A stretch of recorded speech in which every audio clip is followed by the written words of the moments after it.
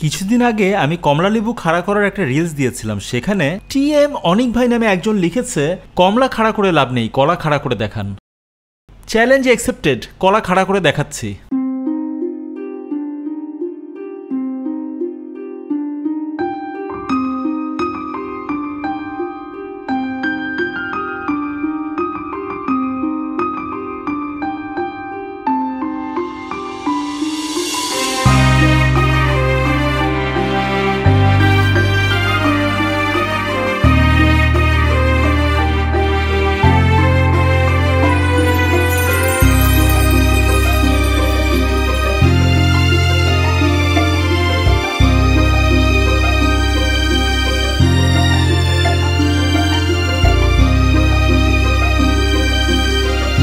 কিভাবে খাড়া করলাম কলা, পারলে বলেন।